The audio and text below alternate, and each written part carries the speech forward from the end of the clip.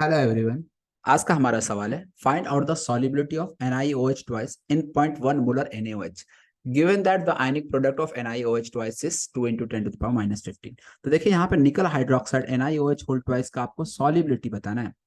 तो सॉल्युबिलिटी के लिए क्या करेंगे, इसे हम आयनाइज कर सकते हैं इजिली। Na+2 + 2OH- में आयनाइज हो जाएगा। और यहाँ पे इसका सॉल्युबिलिटी को यदि हम S मान लेते हैं तो इस तरह से ये आपका S आएगा, तो यहाँ से आपका OH- का कॉन्सेंट्रेशन 2S आ जाएगा। लेकिन यहाँ पे जिस सॉल्यूशन में बोला गया है वो ऑलरेडी 0.1 मोलर NaOH है। तो ये 0.1 मोलर NaOH का क्या मतलब हो गया कि यहाँ से 0.1 मोलर OH- भी आपको मिलने वाला है, क्योंकि Na+ और OH- में टूट जाएगा। तो 0.1 मोलर में OH- का भी कॉन्सेंट्रेशन 0.1 मोलर ही आएगा। इसलिए OH- का कॉन्सेंट्रेशन जो है वो आपका ओवरऑल ये हो जाएगा।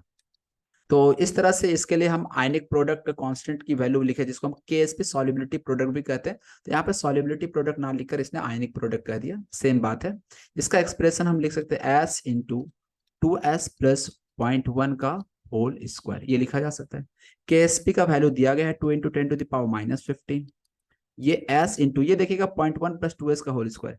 तो ये जो 2S है ये 0.1 के रेस्पेक्ट में इग्नोर हो जाएगा, क्योंकि आपका KSP और बाई ये जो कांस्टेंट टर्म है 0.1, जब भी देखो यार आयनिक इक्विलिब्रियम में कोई कांस्टेंट टर्म प्लस वेरिएबल हो, ठीक है, अननोन हो, तो ऐसे में आप उस कांस्टेंट को, यहाँ पे KSP हमारा कांस्टेंट है, उसको उस कांस्टेंट टर्म यहाँ पे 0.1 है डिवाइड करके देख लो। यदि ये वैल्यू आपका 4 × 10⁻³ से छोटा आ रहा है तो ऐसे में आप वैल्यू को इग्नोर कर दोगे, अदरवाइज आपको वैल्यू इग्नोर करने की जरूरत नहीं है।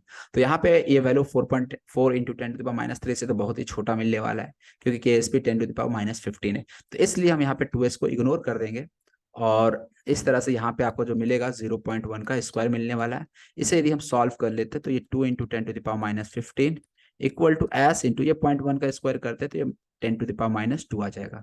तो यहाँ से S इक्वल टू लिखा जा सकता है 10⁻15, और ये बाय में 10⁻² हो जाएगा। जैसे सॉल्व कर लेंगे तो 2 × 10⁻13, यही आपका सॉल्युबिलिटी आ जाएगा निकल हाइड्रोक्साइड का। तो देख लीजिए कौन सा ऑप्शन करेक्ट है।